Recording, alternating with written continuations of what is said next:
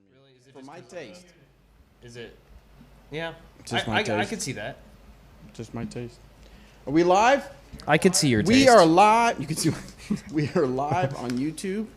Oh, I can hear myself. I can see your taste. All right, so we are here with Disc Golf Answer Man. I don't know where to look because we only have one camera. I'm trying to look at the camera that's normally on me. Oh. Can you hear anything in your headphones?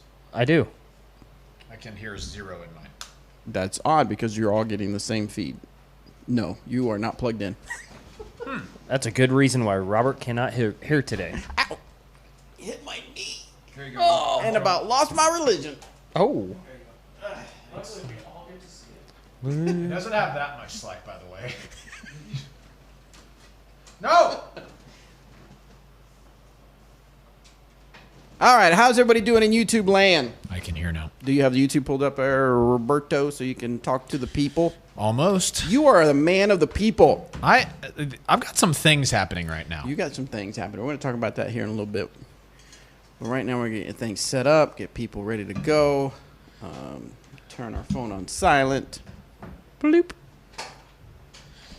Okay. All right, so we are back from missing a week of Disc Golf Answer Man. I'm just going to talk to you guys because I honestly don't know which camera to look at, so I'm just going to look at you guys. There's only one. I Guess know. what? We just have the single. Correct, but I keep trying to look at the one that's normally on me. You should just look there anyway. Should I just look? Yeah.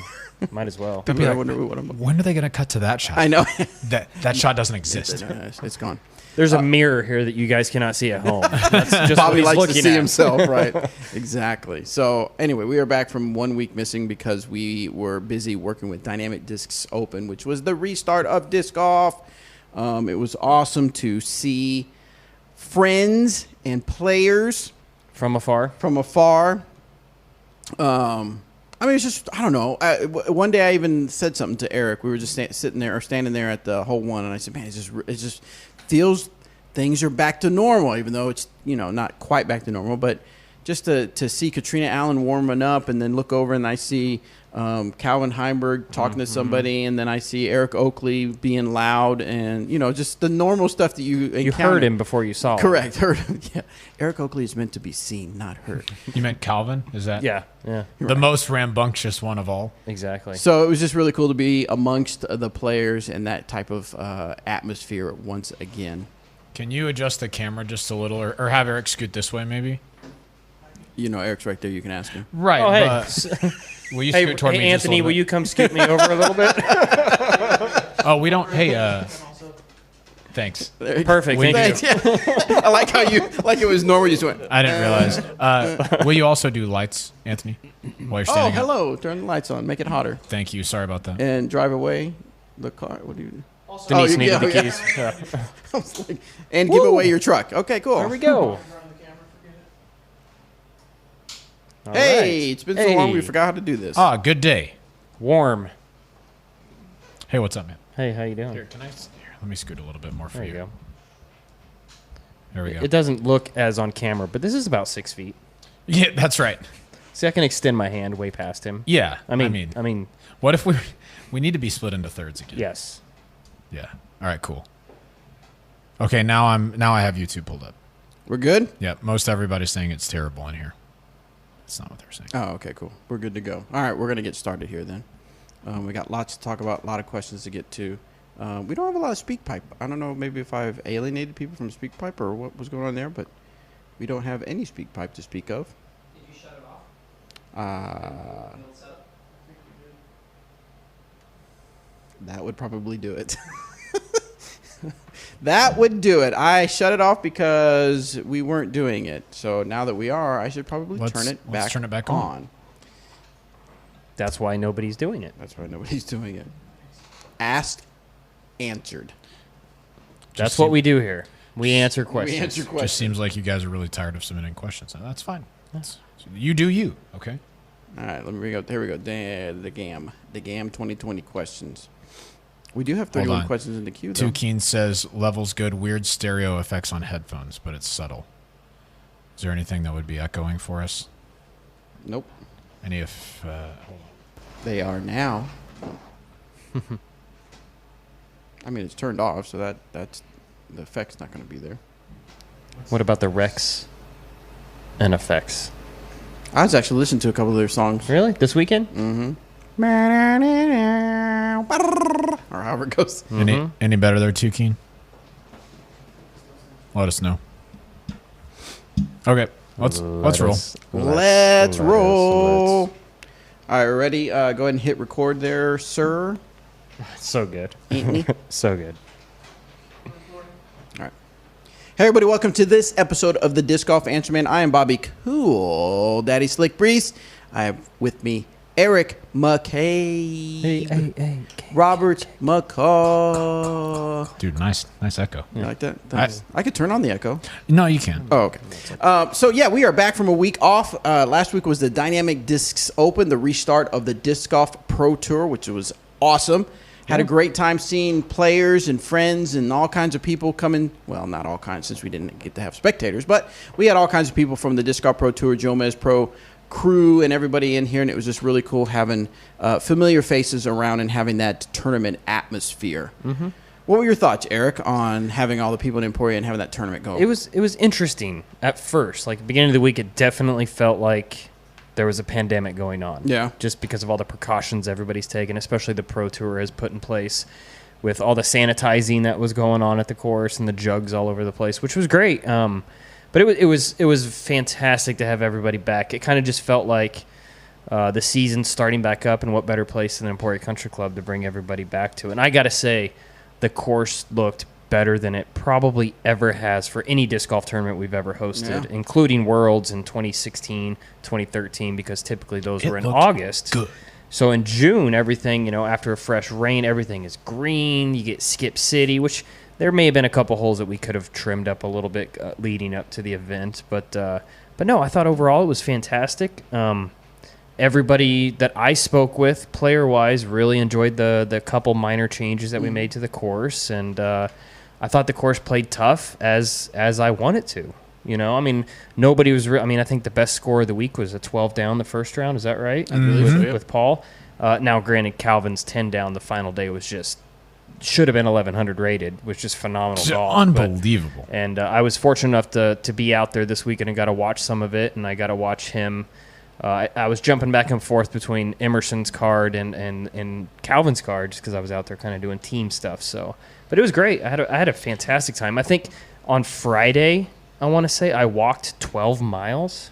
Wow. Walking the course with people because we had players teeing off at 8 a.m. and then the women didn't even tee off till 4 p.m. The final card. So that's it's just a brutal day in that Kansas heat, and I definitely felt it Saturday morning, and of course this morning as well. Yeah, no kidding. So Robert, you walked around quite a bit and watched some of the players play and got to speak with some of the players. What was some of the feedback or some of the conversations you had with the players as far as the tour restarting and the country club and stuff? Yeah, like that? I think everyone's kind of on the same page. Like, everyone's ready to be back, ready for things to get back to even feeling a little bit more normal. Yeah. At the same time, it's like there's still kind of a sense of caution. And there has to be. Like, we took a ton of precautions at the event. Event staff were almost all wearing masks. There was a sanitizer at each basket that they sprayed the basket down with afterwards. And so that sort of stuff still makes it feel like, man, something kind of crappy is still happening, I gave 0 hugs this week, which was weird. Yeah. It felt weird. I gave a lot of air high fives and stuff. Yeah. But across the board, it was just good to see people, get to talk with them at least from a distance. Yeah, it was great. Yeah, good stuff. Well, we got a lot to talk about because we want to talk a little bit about the CBS Sports Network broadcast that happened. But let's jump into the questions. Get a few questions in, and then we'll come back. Is that cool with you guys? Yeah. Is that good with you? Yeah, let's do it. Good, because I'm going to do it anyway. Now, first question why don't you go ahead and just do it then? Okay, cool. Well, he can ask the question, and we'll just talk about CBS. Okay. We'll answer it, yeah. First one is from Wesley. Sadly, I'm not Eric McCabe, and I suck at putting. Oh. Yeah, not everyone can be, I know putting practice is the way to get better, but my question is this. If I make 9 out of 10 putts at a certain distance, should I move back and practice further distance, or should I wait until I can 100% a certain distance before I move back? Also, I am as an Iowan you money. Oh no, you do? No, actually I don't. Who loves hearing Eric McCabe talk about how he loves Iowa courses. I would love if he could tell me his 3 favorite courses in Iowa. Ooh. Thanks, guys. P.S. Danny is my favorite disc golfer. Aww, dang. Love for Danny. He hit you with the dab for sure. Hit you with it. So. Hit me with it. All right, so first hit him with the putting. If he's making 9 out of 10 putts at a certain distance, Eric, is that his signal to start moving back to practice more? You know, for me, when I'm practice putting, I don't necessarily, if I have like a stack of 10 putters, I don't necessarily start at one particular distance. What I like to do is move around a lot. That way I have different looks at the basket, and then you'll have different wind variables as well. So I don't necessarily think about, all right, well, I just made 9 out of 10 from 15 feet, so let's move back to 20 feet. You know, I'm pretty much all over the board when it comes to putting. And typically when I'm practicing, I won't even go outside of the 40 feet. Like anything outside 40 feet during tournament time, for the most part, is a bonus. You know, so at the end of the tournament, when you look back at your round and you think, if I would have just hit all my putts inside the circle, I probably would have finished 3 or 4 strokes better. So if I just focus on making all of those putts, then I'm obviously going to get better. You know, my scores are going to drop, and my confidence is going to just go through the roof. So for what I would recommend is just stay inside that 40-foot circle. Now I know 33 foot is technically the circle, but stay inside that 40-foot mark and just really just concentrate on those putts and move to different sides of the basket if you can. Mm-hmm. So you can concentrate on different views, uphills, downhills, maybe undulations, whatever it may be. Yeah, I'm a big fan of switching up the places from around the basket that you're putting. Like you can do 10 putts from one spot, no problem. But I would recommend doing 2 putts from one spot and moving to another. 1 putt from one spot, moving to another, 3 putts, so that you're not. So if you just rapid fire 10 putts, by the end, it's kind of just like muscle memory from that exact spot. But it's not necessarily making you a better putter. It's not making you focus on a new challenge. Correct. So I wouldn't worry so much about the make percentage from a certain spot as I would take on a different challenge every time you set up to practice putt. Yeah, and one other thing I love to do is I don't like to putt my putting or throw my putting putters. Yes. But what I will do is find a spot that has a basket maybe like 100 foot apart or something like that, and then throw a stack of discs like up shots at a basket and then putt out. Mm-hmm. And then I can't stop until I've made them all or got up and down in 2. That kind of helps as well. I like that, yeah. Yeah. And as far as my 3 favorite courses in Iowa go, one of them is definitely Lamoni, which is just barely across the Missouri border. So you actually exit on the highway in Missouri and get. So it's right there at Lamoni. It's Graceland University is the name of the college. What's their name? Someone went to college there. Bruce Jenner. Oh wow! Oh, nice. Huh. So it's one of my favorite courses. It's just a beautiful course. We used to play events there all the time. The second one is probably between Pickard or Ewing Park in like Des Moines or Indianola, one of those 2 courses. That's anything in Des Moines is just fantastic. Yep. And then the Camden courses over in Davenport. Yep. All of those are just phenomenal. I don't know that I've ever played a course in Iowa where I'm like, this place sucks. You know, I hate this course. Everything I've played in Iowa has just been fantastic. Yeah. All right, next one comes from Spencer. Hey, yo. He says, hey, yo, hey, yo. My favorite local course currently only has tones as targets. Oh, okay. I'm wanting to get permanent baskets installed through a fundraising effort. How would I go about getting permission from the Forest Service? Ooh. Or do I just go for it? The tones we currently throw at are typically coffee cans on 2x4s. I don't see the harm in adding permanent baskets, but would hate to have issues once we raise the money. I would definitely find someone to reach out to before you just raise all the money and then you've got all this money for the baskets and then you can't even use it. So it's a forest. What did you He say? just said someone at the forest. I don't know if it's a forest or not. Like Smokey Bear? Yeah. Call him up. He's from Ruidoso, New Mexico. No way. Huh. Yep. Wow. Maybe don't call him. That's a little trivia question go. for you. Nice. Trivia answer. No, I would definitely get a hold of somebody at the Parks Department or if it's a nature preserve or whatever it is. Find somebody in charge and kind of just ask anybody that's there if they can kind of get you up the chain to the proper person to make sure it's why they don't have baskets there and if it's okay if you're raising the money to put them in, that kind of thing. Yeah. All right, so as we mentioned earlier, there's this particular or the Dynamic Discs Open had some uniqueness as far as media in that we were filming for a CBS Sports Network show. Telecast. Yep. As the world turns. Yes. This was I don't know if you want to call it a deal or just something that Jeremy just really pushed for and made the contacts, and it was actually kind of stressful. Yeah. Trying to get this deal into place. We hired Jomez Pro to produce it. They had like 300 cameras out. And they didn't have 300 cameras. They had I believe they had 19. So many people out there. They had, all I know is of course, we reached out to Jomez and say, how many media tags or lanyards do you need? And they said, we need 19 media just badges. For their tags. Yep. And so. Now, did that include like Ian? No. And those guys? Because they were there as well filming Central Coast. So we had a plethora of media people out here, whether it's cameras. We had one. They had one guy that literally just had a microphone that he would set by the tee to capture that sound that we all love of the disc. Sometimes I don't love it when I'm filming or taking photos and I hear the disc come by me. That's not exactly the most exciting thing. I mean, it's cool, but when you're that close, it's scary. But anyway, so... It was awesome. It's exciting, and there was a bit of a kind of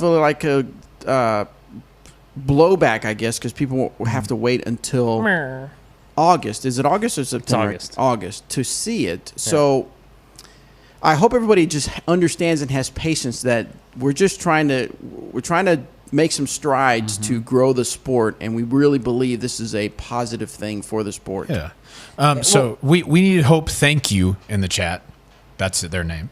Says, slightly disappointed not seeing the MPO coverage next morning and confused about how it's going to work right now. How it's going to work. Right now I'm not liking it.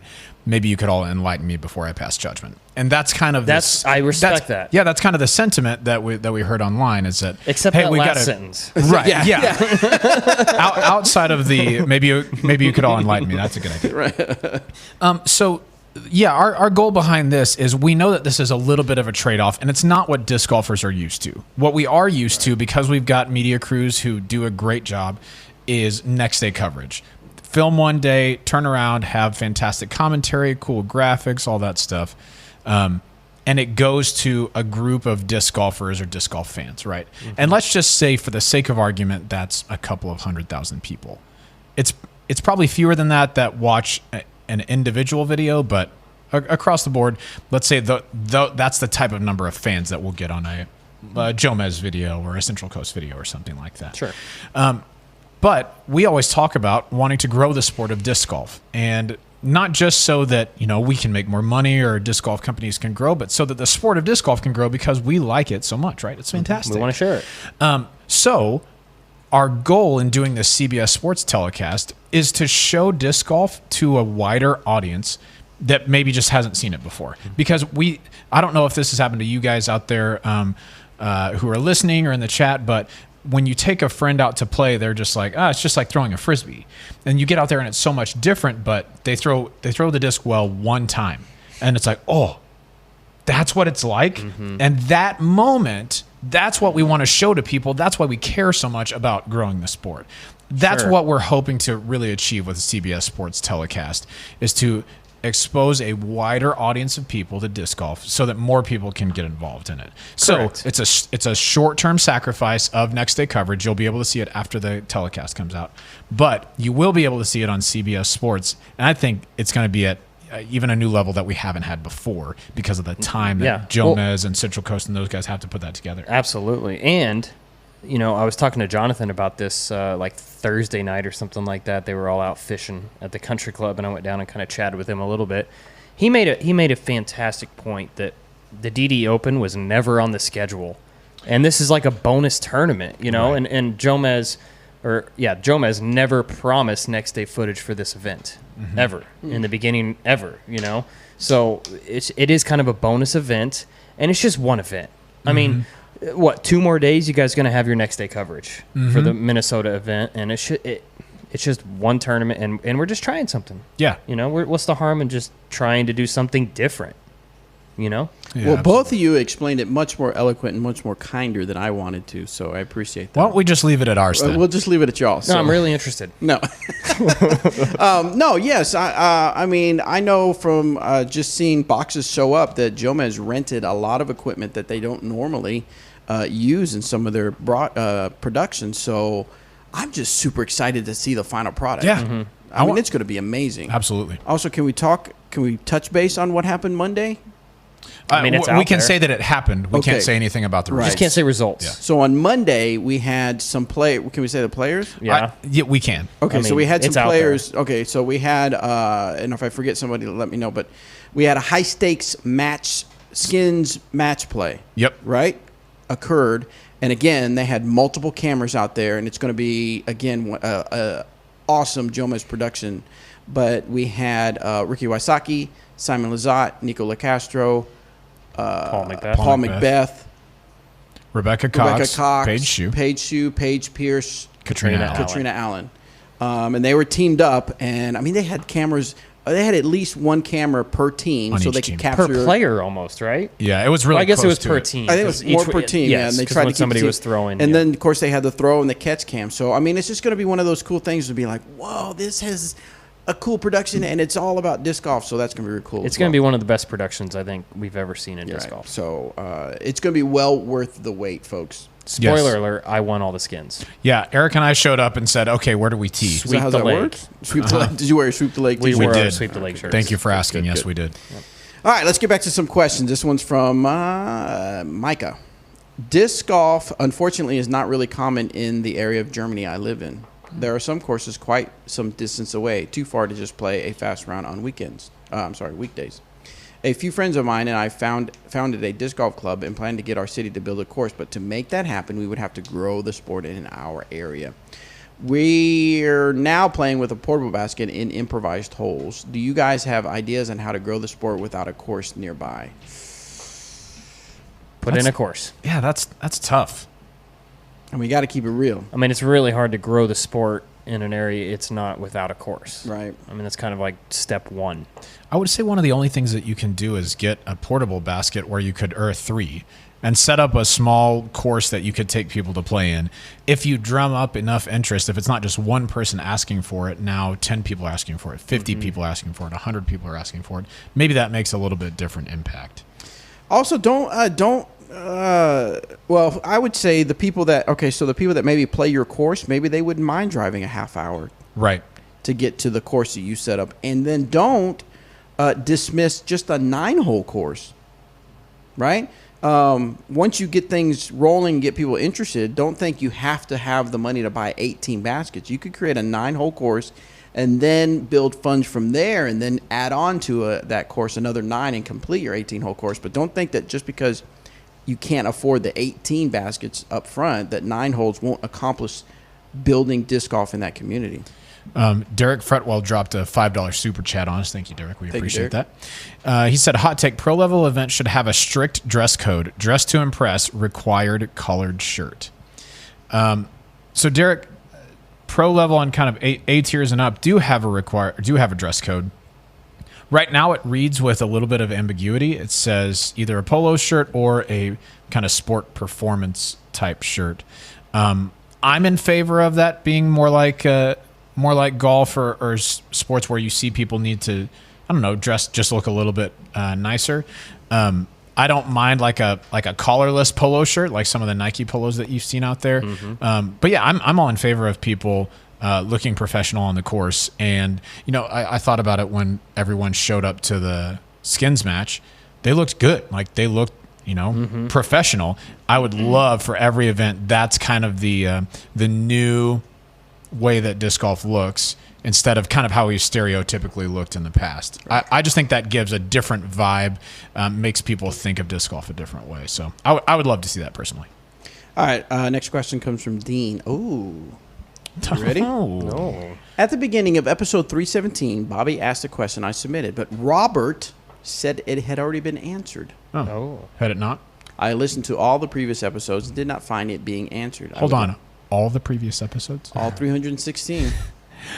In that case, I apologize. All right. Truly, though, I apologize. Go I ahead. was playing with. Here's the question that he resubmitted. I was playing with a friend at a course which had the baskets removed. On one hole, the basket was 250 feet, 250 some feet, and 20 feet left into the woods. I remember. Feet ahead. Due to a hill, you can't see the basket when you throw, even when it is there. My friend who was by the basket when I threw says the disc flew directly over the spot where the basket would be and at the height of the chains. Ooh. I promise we've answered this question. But go ahead. It's fine. Based on where it landed, it also appeared that was the case. My question is if that is considered an ace, even though there was no basket, or was it just too bad, so sad? This will only be the second ace in my life, but only wanted to count it if you think it is legitimate. Thanks for helping me stay sane during this crazy time. Well, Dean, we're going to make you more crazy because no, that does not count as an ace. Bobby Dream Crusher Slick Breeze. I am so sorry. I think it's amazing. It probably felt good and you were probably excited, but I would say if someone were to ask you how many aces have you had, you could probably tell this story, but it would not count as an ace. Yeah, I mean, this kind of happened to me the other day. Albeit not on. It ain't no thing if there ain't no chains. Oh. Wow. Oh, I like that. Wow, that's extremely catchy. Yes, it is. Yeah, so tone poles aces don't count. No. Oh, yeah, they do. You better go home if it's a tone. See, I'm just saying, I'm on board. I'm not so I'm on not board even with trying. that I'm part. not. No, I'm kidding. Of course, that was fantastic, though. Consider me impressed, Bobby. But like I've seen people, and this happened the other day on the golf course, chip into a golf cup that has styrofoam at the bottom, and it rolled out like it horseshoed out, and you can't say for sure. Like, okay, that would have stayed in if that wasn't in there. I see. So you just like, well, it doesn't count. They still have. It they didn't still go have, in. They still don't have holes. No, it's there's a hole, but there's like a styrofoam thing right at the, not quite at the top, but just enough so that it's You can let easier it for out. you to avoid touching the hole. Gotcha. Right? Not exactly the same thing, but similar sort of way. That happened to me the other day. Or it's if just like you- you didn't make it. I'm sorry. So does it? I guess Should've made it. It would almost be the same thing in golf because you can see on most courses where the other cups go or where they put the other cups. Would it count if you hit onto a golf green and landed perfectly on one of those old cups? No, because I mean, it's the kinda hole isn't similar. there. It's yeah. I mean, the thing is, like, you know the basket that you're playing to. You know that it probably would have aced, and that's awesome. Like, what a super cool shot. It just wasn't there to happen. Like, What if your I'm sorry. buddy is standing where it goes and goes like this, and you hit him in the chest and he catches the disc? Okay, in that case, ace. Buddy- if that buddy happened, ace. Dean, if that happened, I'm counting it. Right. If there Either way, ain't it's- nothing to hit, you ain't jack. What's the next question? Wait. Bobby's been cooped up for too long. Hold on just a second. The letter K coming in with a super chat. Thanks, K. Thanks, Is it Kay. Sesame Street? Yeah. Brought to you by the letter episode K. is brought to you by $4.99 super chat. He says, this COVID needs to stop so I can come down to Emporia and play some disc golf and tour the warehouse. Enjoy the tacos. I think that's what we're supposed to use the $4.99 for is tacos. Tacos? So- I'll take me some tacos. Yeah, thanks, guys. Thanks, the letter K. Thanks, Kay. Yes. Where you at, LMNOP? Next one comes from Sean. I seem to. He says, greetings and salutes the gammers. I seem to have a problem for shots. I need to hold Anheuser for most of the flight, then fade back about 2/3 or 3/4 of the way through. I typically pick something overstable and try to throw on a steep Anheuser. Often, my release comes out way left and way high from where I intended, usually nose up. So rather than throwing straight towards my intended target in the air on Anheuser and comes out on an angle I want, just way off the line. There's so many commas. Just way off the line, almost feels like it's slipping out early. Curious to hear if you think this is a footwork, upper body, or a disc selection issue, or maybe all three, or something else, and what I might be able to practice to correct this. Love the podcast. Appreciate all the hot tips and hot takes. Nice. Okay, so it's hard to say for sure, just based on the wording of the question, because we can't see you throw. It's So- kind of hard to read based on the wording of the question. I'm just also teasing, I'm Sean. having difficulty reading it because of the way that you wrote it. Right. Now, I think there's a couple of things you can do. One is that you can email a video of yourself throwing to dgamform@gmail.com, right? You cannot do that anymore? No. You cannot do that anymore. So you can go to the Disc Golf Answer Man page and submit a video of you throwing there, and we'll take a look at that and see if we can help you out there. But without seeing you throw, if it feels like you are missing lines, what you're probably missing is a timing thing. Is lines. What you're probably doing incorrectly is not throwing the disc where you want to. Consider Paul MacBeth. Whenever he throws a disc, it goes where he wants to, and you should do that. By the way, did you watch some of those shots this weekend? I watched them in person. Unbelievable. Some of those shots. Yes. In person. Okay. And before we go any further, Yep. I walked the first round. Brody Smith played with Isaiah. Yes. And I walked with Isaiah. I walked the majority of their round, and I have to say, Brody Smith impressed me. Yep.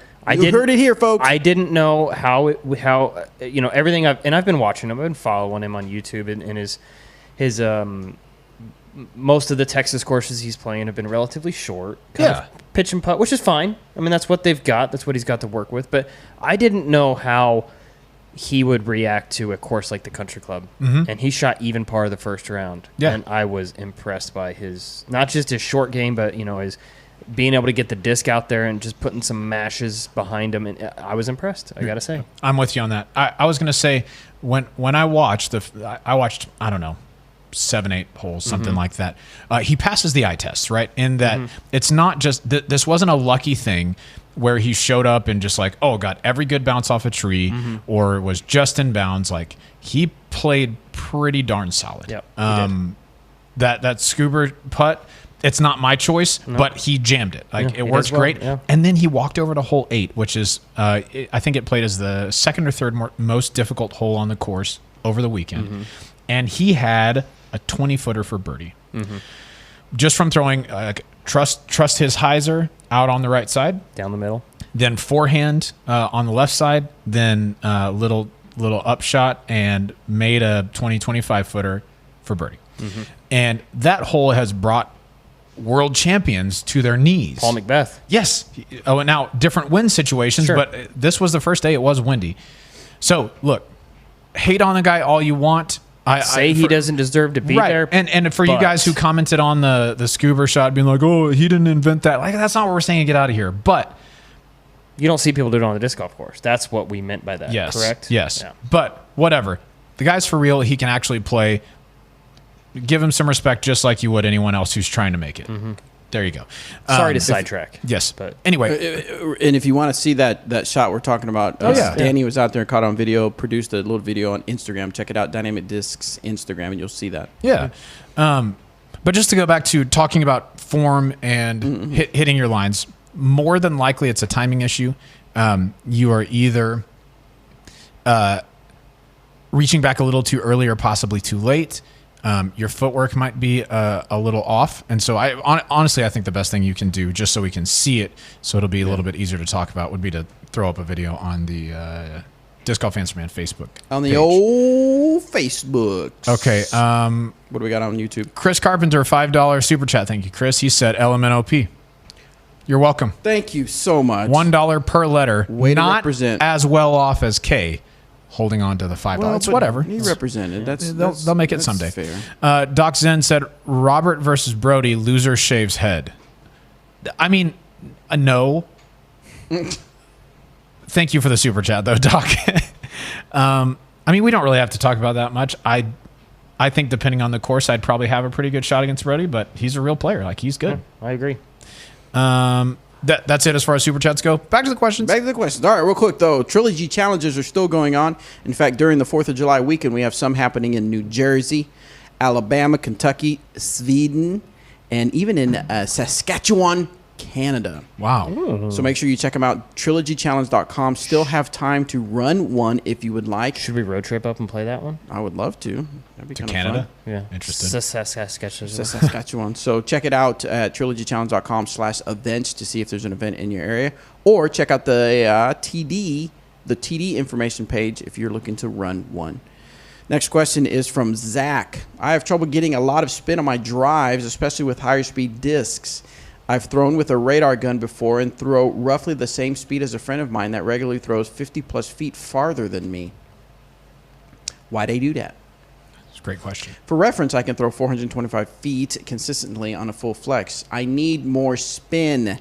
Any tips or practice methods to help with this would be greatly appreciated. Thanks for keeping the show going during the tournament pause and everyone involved with planning the DD Open. I think I speak for everyone when I say we are stoked to get back to the season. Yeah, man. This was in mid-June, so it had not happened yet, but we had announced it. So what do you got, Spin Doctors? All right. All right, listen to this. What's one of their songs? What was one of their songs? You're probably talking to the wrong generation here. No, I'm with you. It's been... No, that's Bare Naked Ladies. Yeah, Spin Doctors. I know it. It's on the tip of my tongue. I just can't. All right. Go ahead. We'll think about it. I'll sing it in the middle of your answer. So Yeah, yes, please do that. I was hoping that you'd interrupt this answer. Okay, we went and shot a dynamic duel with a couple of players recently, and I watched two of those players throw. Little Miss can't be wrong. There you go. That's it. Yeah, That's the one I was thinking of. I told you. I watched two of those players throw the same shot on the same hole at different speeds, and one player threw a slower disc, and his went farther than the other one throwing a faster disc. Okay, so I'm gonna say who these players' names are, so you know these are both players that can throw far. Eric Oakley on hole 4 at Emporia Country Club threw an enforcer pretty flat, 66 miles an hour, downhill, a little over 400 feet, and snuggled it up right next to the basket. Okay, Tristan Tanner threw a Lucid Getaway, and what looks like a pretty stable one. Goodness. 64 miles an hour. Oh, was it? And then parked it. Okay, so Are you sure it wasn't those Fusion X ones? Yes. Okay, because he is throwing the heck out of those. I think and is loving them. You think that's the disc that he threw on that one? It was a Fusion X one. Okay, never Boom, mind. It was a Fusion X roasted. one. Either way, it was a getaway. That's why it went further. Not fair enough. It was a 9-speed compared to a 12-speed, and he threw it slower, yet it went just as far, possibly a little bit farther. Mm-hmm. Okay, so it's exactly what you're talking about. Imparting more spin on the disc, I think, is going to keep it in the air a little bit longer. How you do that is like the greatest mystery of all mysteries in disc golf right now. I think what Tristan has done in figuring that out is that his run-up is so slow that he depends on generating that spin and speed to get the disc out there. So my recommendation to you would, one, be to watch Tristan throw and just take notes, because the guy has figured it out. He is an incredible thrower of the disc. But two, slow down your run-up so that you have to depend upon acceleration and getting that spin on the end of your throw. You know the great epiphany I had? Go. When we did the, what? No, I'm excited. You're excited about my epiphanies? An epiphany.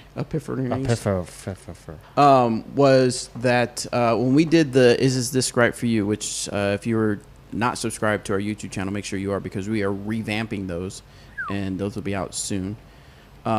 We added Anthony as a third level of thrower. Anthony. So anyway, we did the Raider, the Vandal, and the Sergeant. This is the epiphany I had when we threw the one time we had thrown, and I had thrown, I think all three, but I knew I had thrown the two I'm comparing is the Raider and the Vandal, and I literally had some Vandal throws that were farther than the Raider. Of course. Oh, yeah. And it was like one of those things that you know, but then when I'm out on the course and I'm thinking, oh, I got to get some distance. Let me grab that Raider because that's a high speed, right? I'm just going to sling it. When I could have just grabbed my Vandal and let it just glide out to the distance I needed to. Right. That's like that's a huge number one thing that's going on in my head. That's the number one thing I tell people that are trying to get better in the game is stay to your own mindset. Stay to your own game plan. Yeah. Don't, like, if Robert and I are out playing and he has a trespass in his hand and I have a Raider, if I park the hole with a Raider doesn't mean he needs to go back to his bag and grab the Raider. I guess that's the only way to get here. You know, I mean, Right. you just got to stick to your own game plan Right. and go from there. But That's a big that's thing. awesome. Yeah. It's about time. I've been yelling that to you for 10 years now. So yeah. Oh yeah. See, so Anthony sent me a note. Bobby's furthest throw, I had lost it. With each disc. Oh, yeah. You went. My furthest throw was 13 feet farther, and it was the Vandal over the Raider. Yeah, the Vandal's a 9-speed, Raider is a 13. I know. So it's not always that's the lesson for you guys. It's not always the high-speed driver that's going to get you the distance that you need. It's true. It's not those numbers. No. All right. So something special we have on the show is a package that we received from Chris Baker. And he brought us he sent us some gifts that I am giving to our folks here. But before I do, I'm going to read this. He asked us to be read on the show. Chris Baker is, of course, a member of Team Westside Discs. Yes, sir. That's right. Some people know him as Dr. Disc Golf, right? Yeah, he's a bro. Yeah, he's a good guy. Dear DeGam fam and team managers, I wanted to send you this care package as a thank you for everything you guys do to grow our sport and to support our team members. This year, we were set to run the 21st annual Limestone Open here in Bloomington, Indiana at the end of May. At that time, with the coronavirus restrictions, our county would only allow gatherings of 25. After selling this event out last year as a B tier, I was a bit disappointed, but decided that I wanted to do something special this year. So I came up with the idea of this Westside Healthcare Worker Stamp, and we would donate $5 from each tournament entry and leftover disc sale to Project Cure, an organization that makes donations in the form of medical supplies to underdeserved clinics and hospitals. As a pharmacist working in a hospital, this cause was near to my heart. After the event, I was able to sell more of these fundraiser discs to our fantastic Trilogy community. I'm purchasing these 6 discs for each of you to get us to our donation goal of $500 to Project Cure. So for EMAC, he got you a classic blend EMAC Truth. Sick. Nice. Because, of course, EMAC Truth. Why not? Perfect. Looks sick. good. Looks good. Nice. For Robert, he got you a Lucid Metallic Warden because duh. Oh, what's up?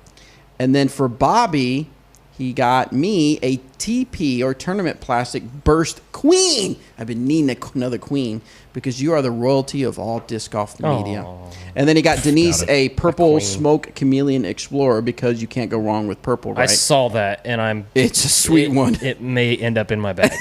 I will have this. Thanks. Yes, as you know, purple is, I don't know if it's one of or the favorite color. It's pretty much all the discs that she throws are Purple or gray. So, and then for Gabe, our newest member to the team management team, a Westside Hybrid Harp, because he has done such a fantastic job supporting the Westside team so far. And then for Rusco, he got a Westside Hybrid Warship because it was the prettiest disc in the entire order. Nice. He ends with, I wanted to give everyone a sincere thanks for everyone locally and online that purchased a fundraiser disc to support our charity and our event. The Limestone Open will bounce back bigger and better in 2021. Nice. So good stuff with Chris Baker. Took the opportunity to send us gifts, and we talk about it. Yeah, took the opportunity to raise some money for an organization that he feels close to, in spite of not being able to run the event. So I appreciate it. And yes, Chris, this will go straight into my bag. This will go straight onto the EMAC wall. Of course. Oh yeah, the EMAC. So. Yeah, you can't really, unfortunately, because of the camera setup, you can't really see it. But it's a stamp with what? Do we know what character that is? Anyway, she has a mask on, and it has the Project Cure on there, and then it has, I'm assuming, which would probably be the Cure's logo. Yeah. Super pretty cool. I like it. Really cool. Oh, and it says Limestone up top for obviously Limestone Open. It's cool awesome. stuff. Good stuff. Thank you so much, Chris. All right, back to the questions.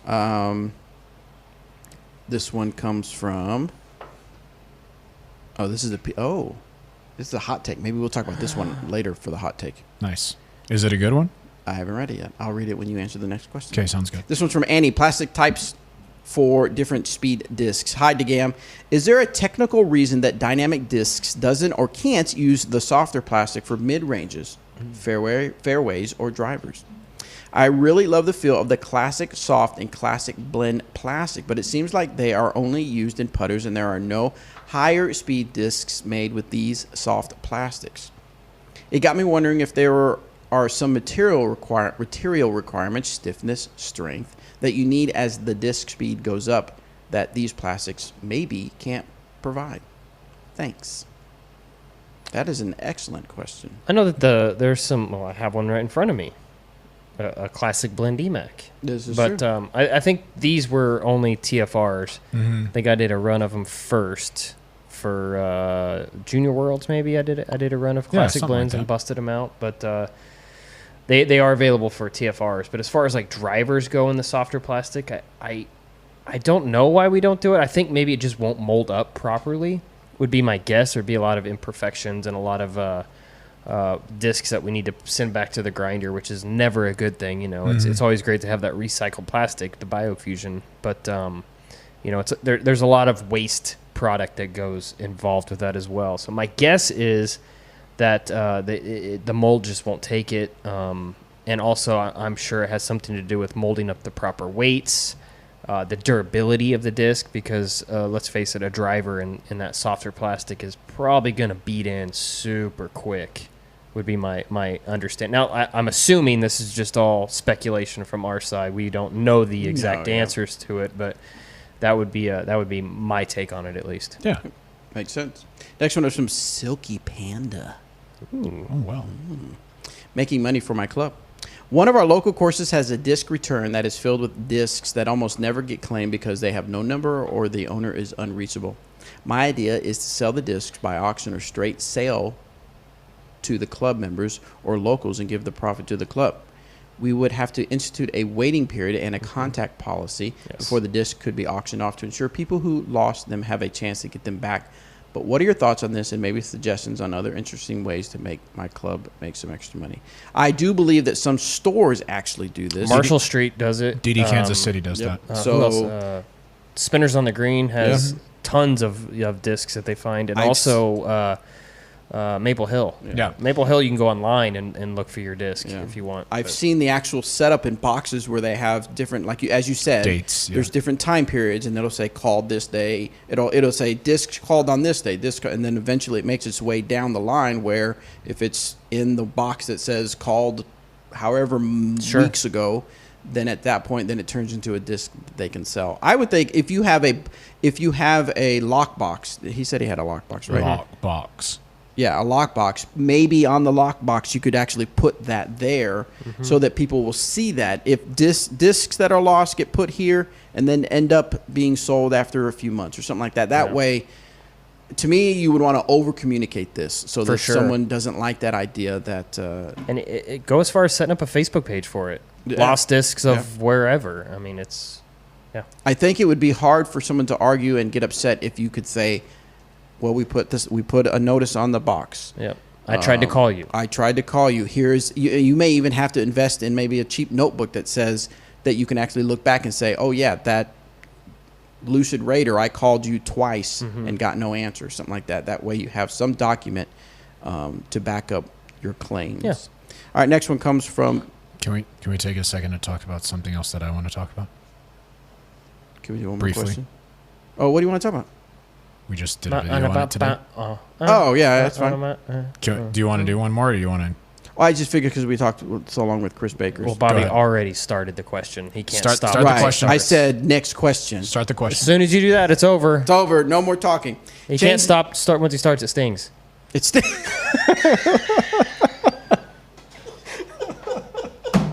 Sorry. That's a Dumb and Dumber reference. I apologize. I got caught the reference, but for those of you out there who didn't, don't worry about that. Don't worry about that. That's fine. It's a movie reference, yes, not a legit medical reference for any of us. Changing the name of a few discs. Oh no, I don't want to talk about this. I'm sorry. We've talked about this. You'll have to go back probably in the 100s, but we've talked about this before. Yep. You can go back if you want to talk about this. If you feel like unfair that I didn't talk about this on the show, you can email personally at Bobby, BOBBY at dynamicdisc.com. Send me your phone number, and I'll be glad to talk to you on the phone about it. Okay, so while you're... Now we can do that. Yeah, so now that we're done with that question, let me talk about something that we've got brand new here at Dynamic Discs, and it's called the Dynamic Discs Squad. The reason that we came up with the squad is we love interacting with our fans, with our customers, with players all over the place. And a lot of you guys already put up fantastic pictures on Instagram, and you review our stuff on Google and on our website and on Amazon. A whole bunch of stuff like that. And we thought it'd be pretty cool if we could figure out a way to say thank you for doing that. And we can't put everybody on the payroll, unfortunately. We would love to. But in lieu of that, we just figured, wouldn't it be cool if we came up with a program that rewarded you for doing the things that you're likely already doing, on social media, posting those pictures, completing testimonials, filling out reviews, things like that. So we came up with a dynamic disc squad. And basically all you have to do, go to dynamicdiscs.com/squad. You can sign up there. You can see more information there. And what happens is you'll complete challenges for us. We ask for specific pictures, doing some market research. There's a whole bunch of stuff in there. And as you do those, you can move up tiers that get you rewards. So first couple of rewards are, desktop backgrounds. You get a refer a friend code that if somebody buys with that code, you get points in the program. Eventually you'll get, car decals. At some point you can get early access to some of our new releases. Which I think is a pretty cool deal. If they go live at 11, maybe we let you have access at 10:50 so you don't have to do the crazy, waiting in line thing or losing discs out of your cart thing because of how the website is.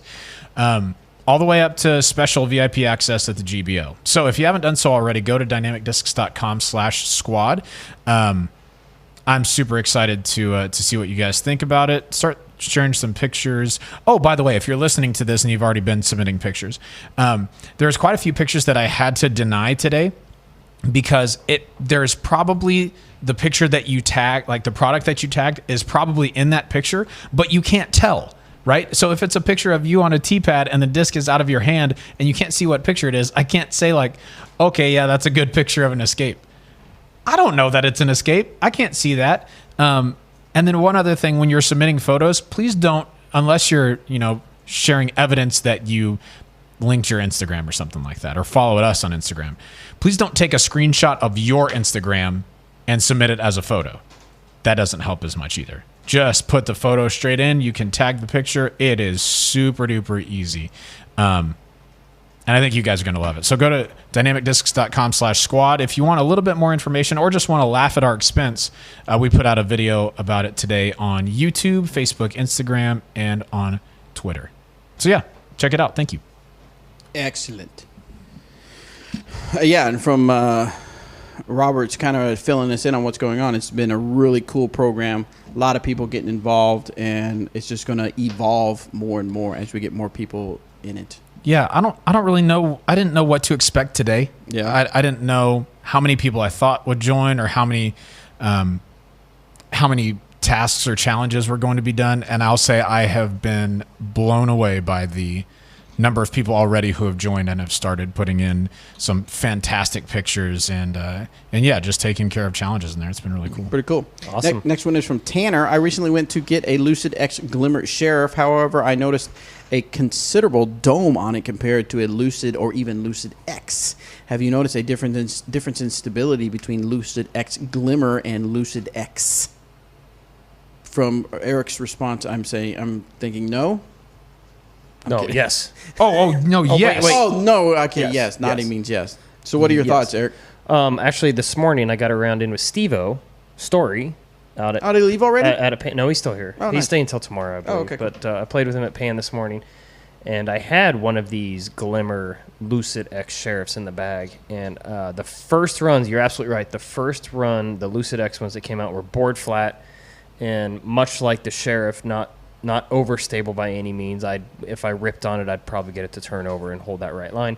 These I can absolutely murder out of the hand, and they do nothing but want to go left. They are beefy. Wow. You can get some excellent distance out of it if you have a pretty good arm. And the reasoning behind that was when they came out, Paige was really hoping that they were going to be closer to like her Ballista Pros, and the flatness of the original runs weren't quite as overstable as she was hoping. So she had asked them to do make another run of them that are a little bit more domey, and they did that, and they did that.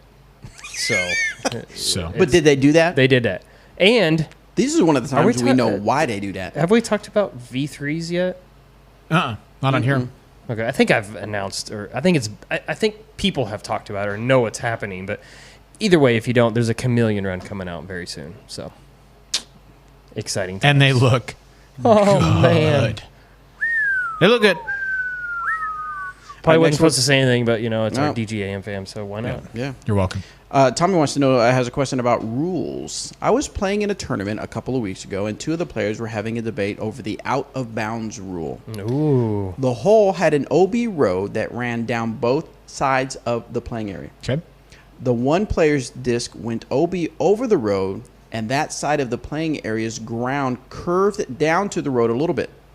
When the player brought it back inbounds way past the meter relief, and one of the guys in the card told him he only gets a meter. He said he gets an unlimited amount of relief going backward on the disc's flight path. The 1 meter back in was not unsafe or anything. It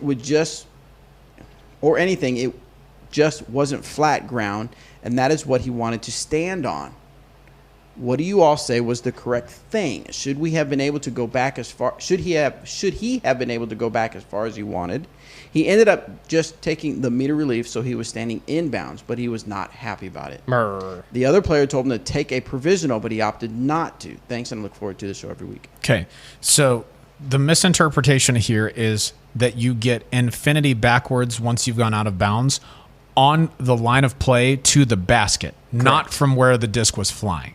Okay, so if the out of bounds is on the right side and you throw 45 degrees off the tee pad, it goes straight into the OB. I mean, I saw that never had a chance this weekend. Yeah, I've seen it.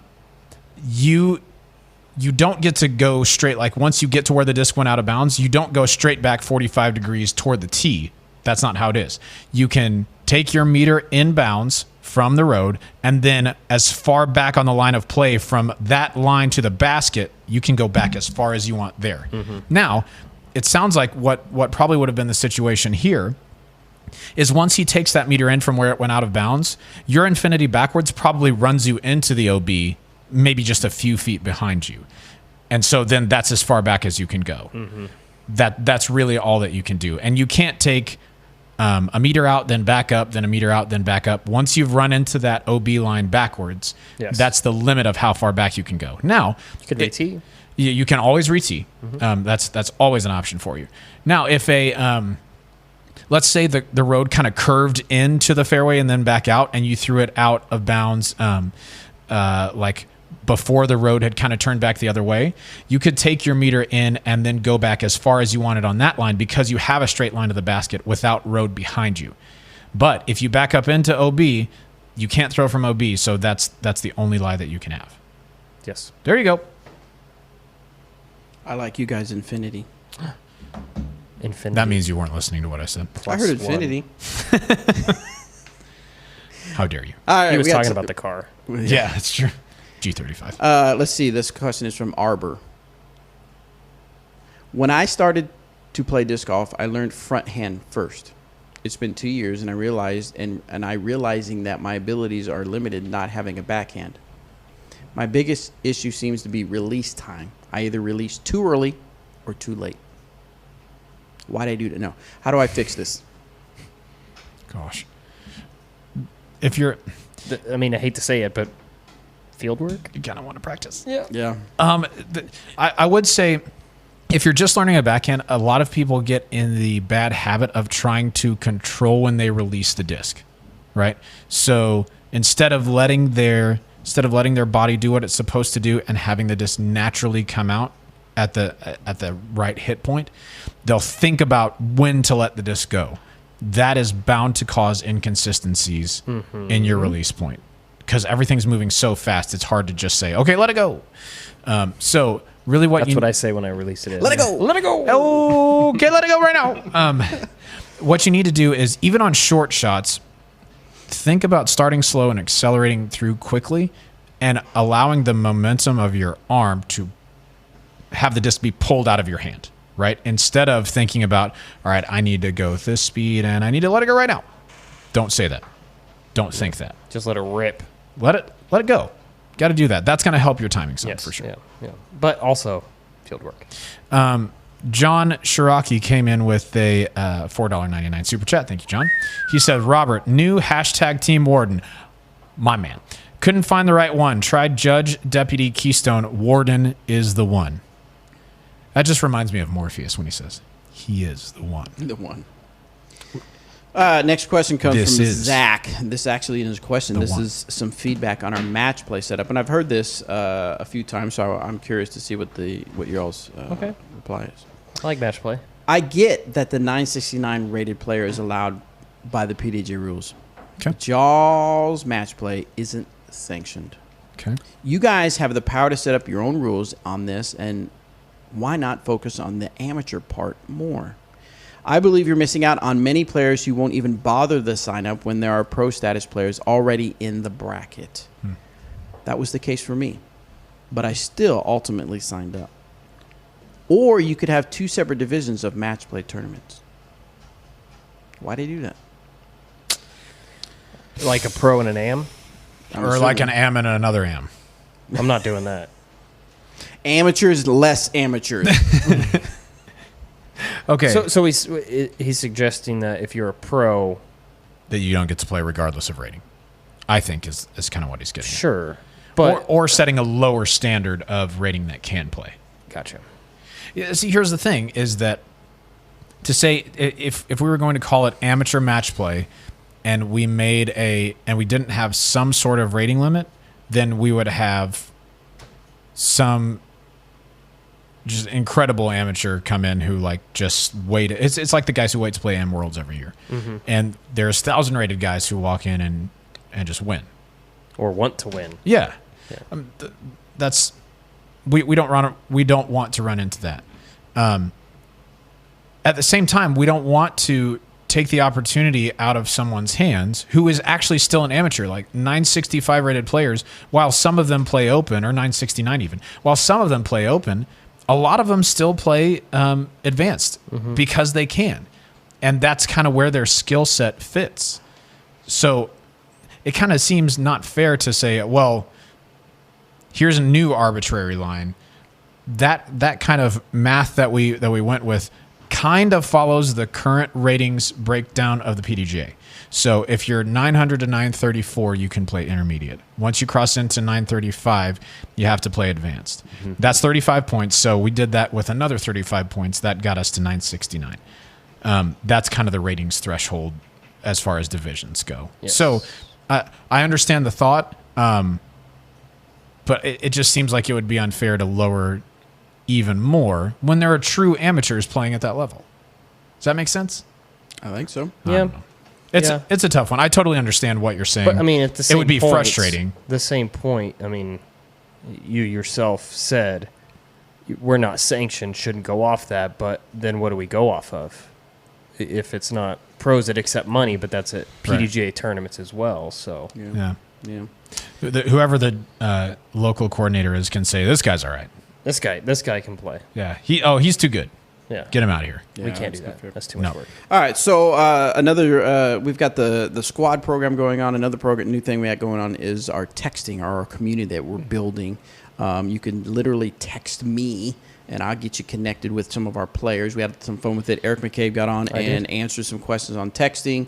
I had Paige Shue send out a Friday tip of the weekend for you, and so we're going to do more of that type of stuff. But to be part of that, you've got to put me in your phone book, and to do that, you need the text. Give me them digits. And if you want to be made aware of Disc Golf Answer Man type stuff and everything else, type DGAM into a message and send it to 620-312-3225.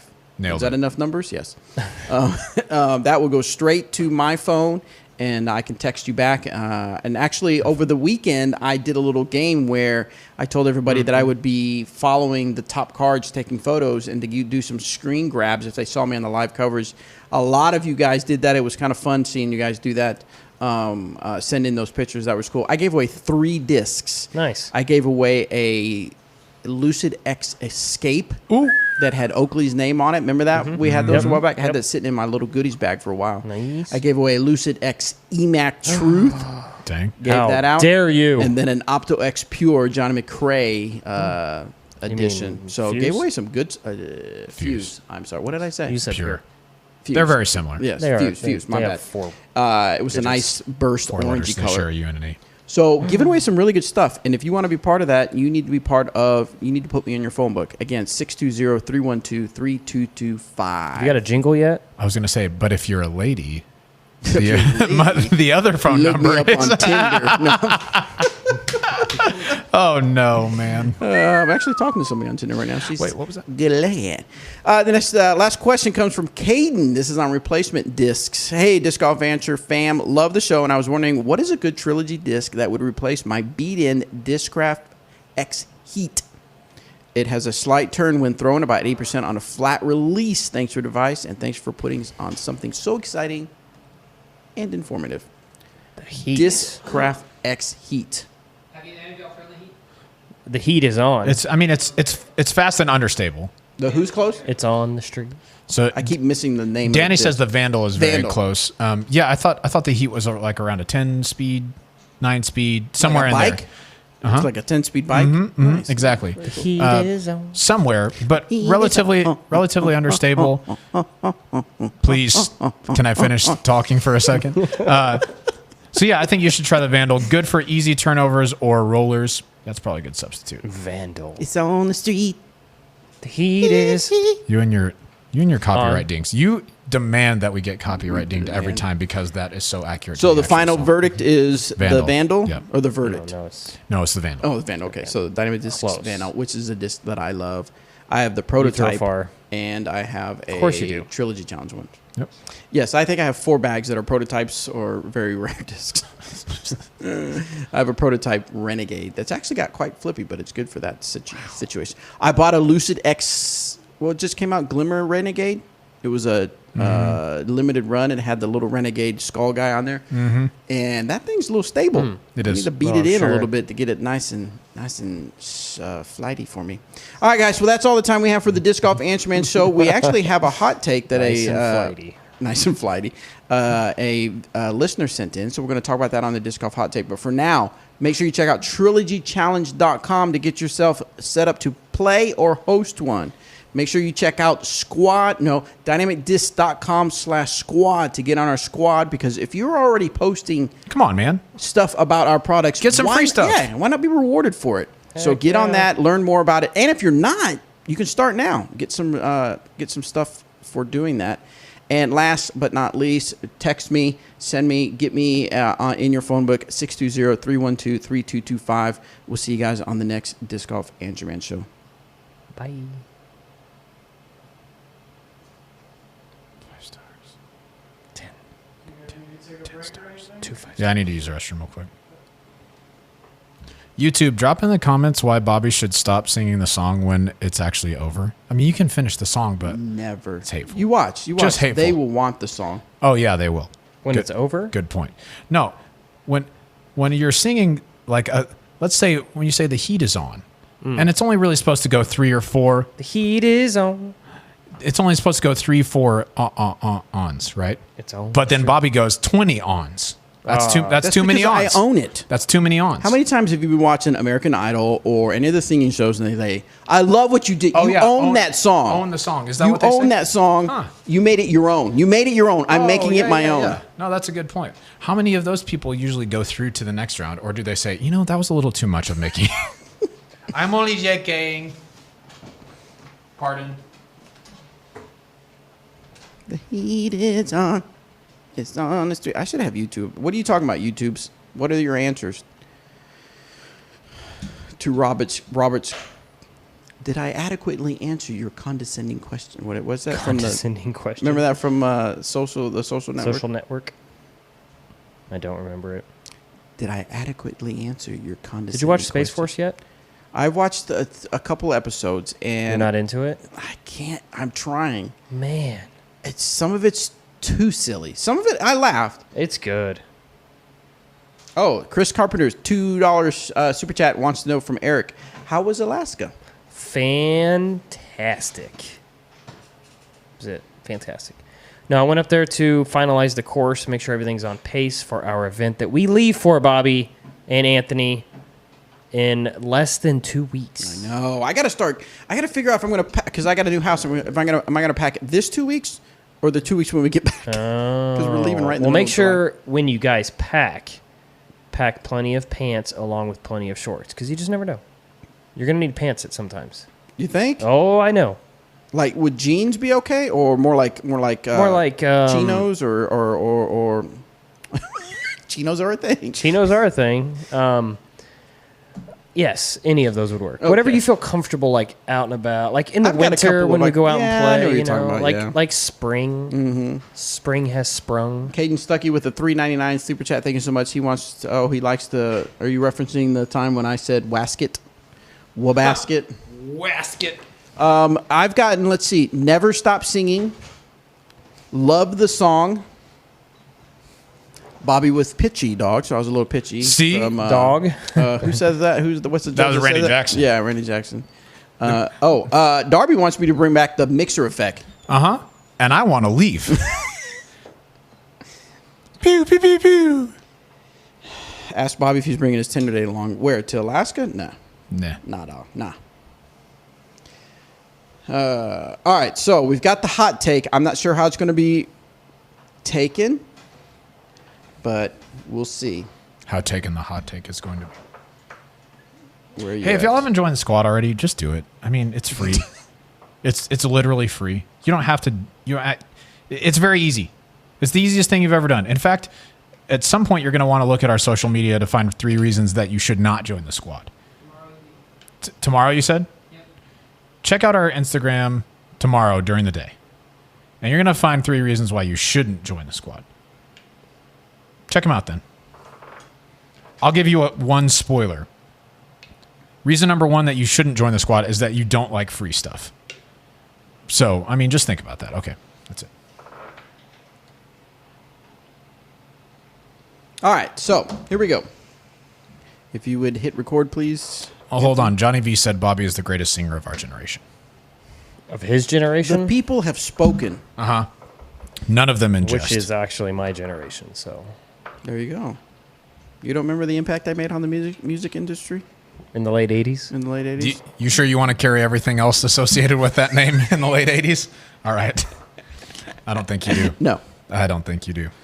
I did have kind of an 80s jam over the weekend. I was talking to some friends, and someone mentioned an 80s song, and I just pulled up on Spotify, All Out 80s. I'm surprised you didn't hear me. I was jamming downstairs. When was it? I've been listening to 80s lately. Have like you? 80s on 8. Yeah. You know what So started good. was In Excess, something tonight.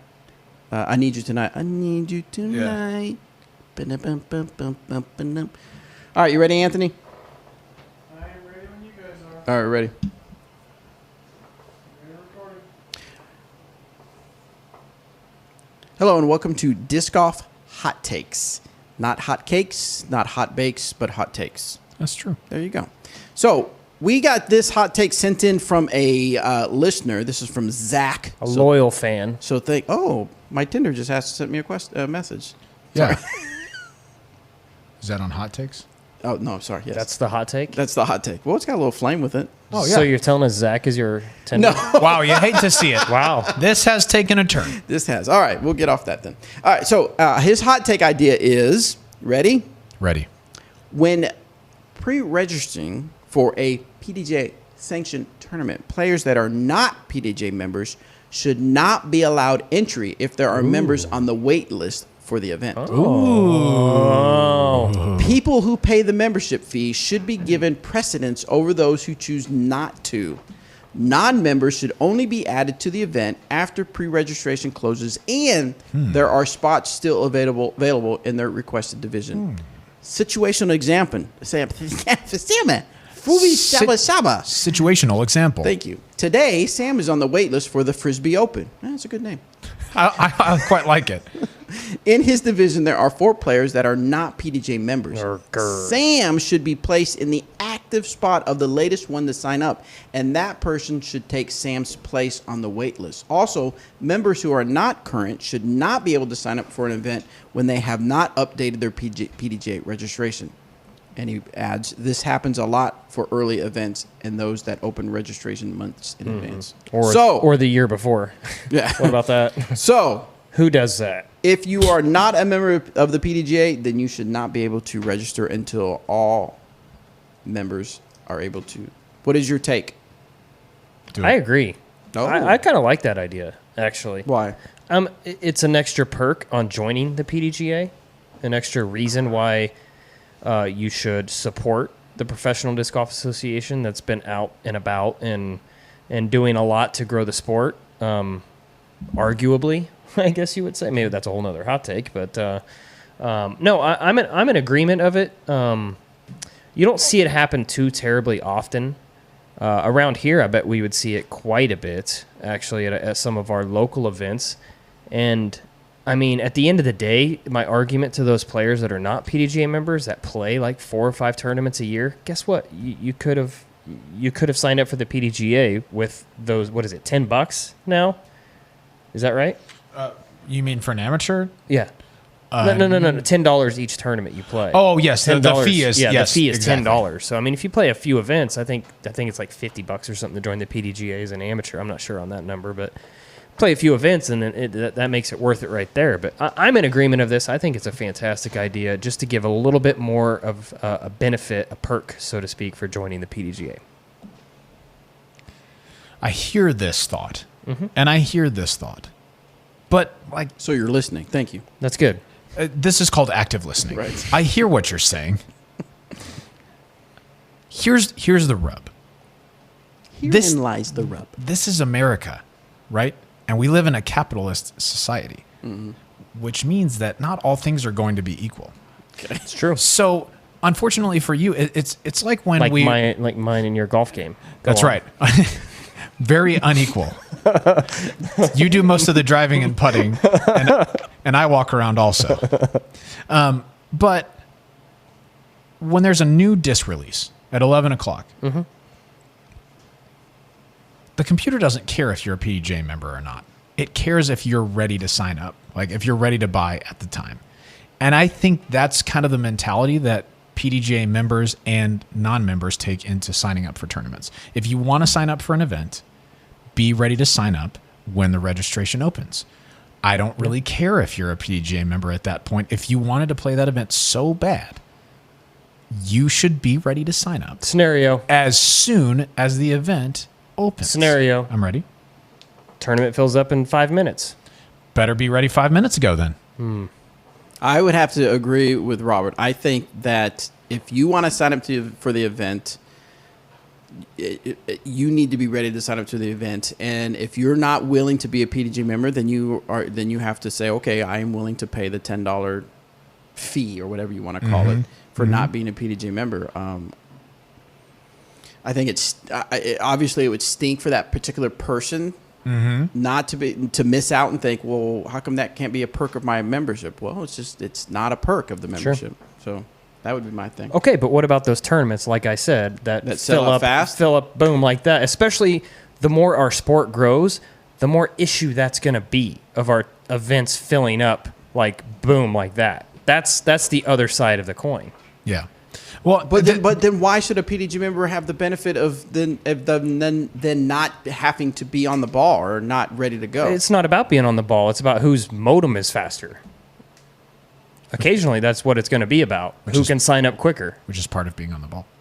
Just saying. Well, I mean, come on. Get a I better upgraded modem. my internet specifically for this. Sure. Okay, but no, that's a serious question because, I mean, we are going to have to experience this at one point. I mean, are we just going to have to eventually go to, this is only AM1 Saturday, and then Sunday we're going to do intermediate, and then Monday we're going to do, you know what I mean? So, yeah. So what would you say to the 2 PDJ members that are members? Let's say we've got 10 PDJ members.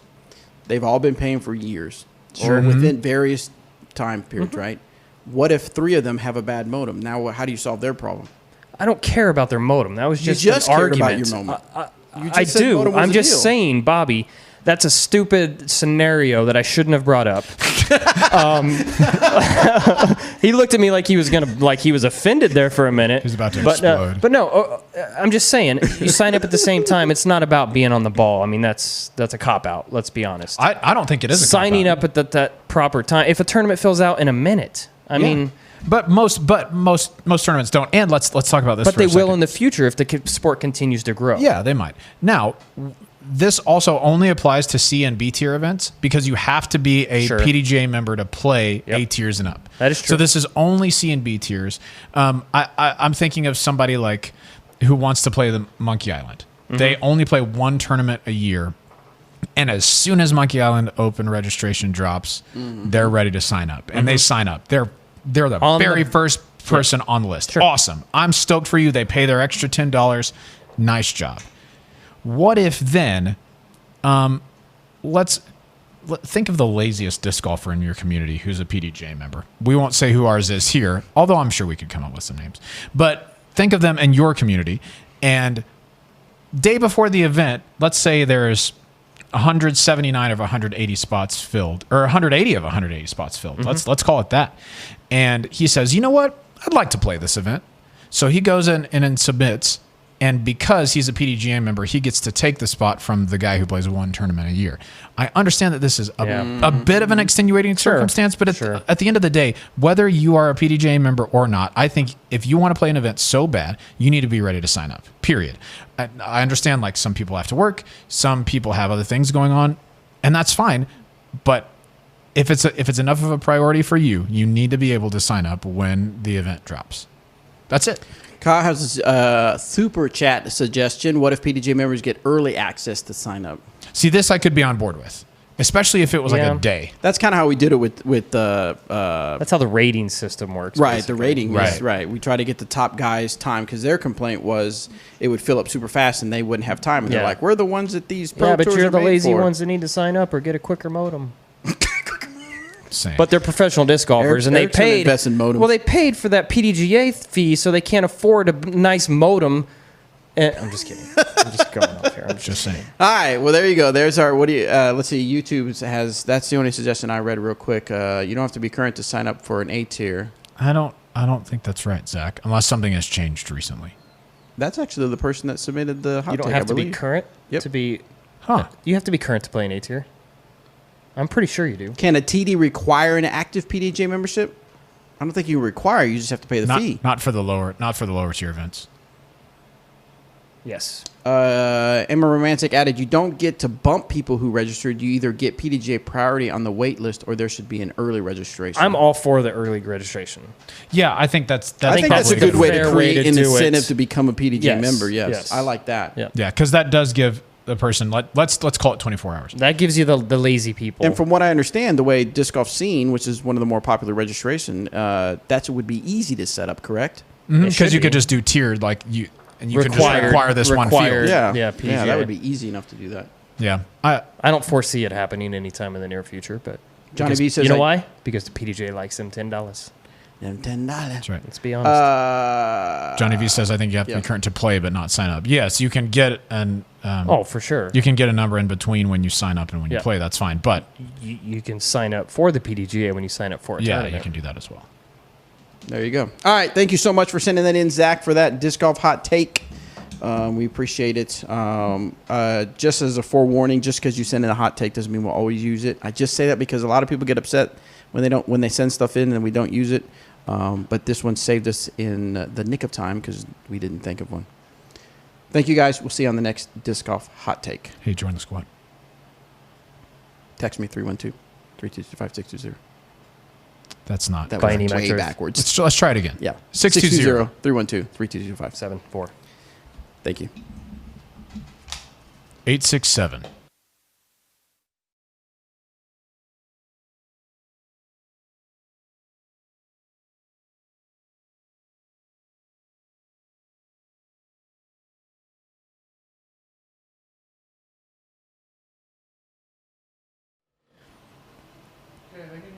Okay, YouTube. If you're still there. Oh, this is him. This is... Wait for it. My real opinion? No. Oh. I'll tell you my real opinion. I'd love to have an early access, but I do think, I hadn't really thought about it until this was said, but I really do think if you care that much about playing, you should be ready to play. I would love to give preference to PDGA members ahead of time. Yep. I think that solves the problem. Yeah. I'm a firm believer in supporting the PDGA too. Yes. So yeah, definitely on that. There's that side of it. Definitely on that. On the Call is returning this week because we have tournament disc golf to talk about. I am very sorry that I didn't say anything about it earlier. We just had lots of stuff going on. But on the call returns, I have a special guest lined up for this week. You will not want to miss it. It's me. It is not Eric. See you guys. It is not Eric McCabe. I think we're going to have a good time. So check out Disc Golf Audio on wherever you listen to podcasts. Hopefully we have it done by Friday so that you can check it out over this holiday weekend. That's all. Thank you. Bye. Holiday.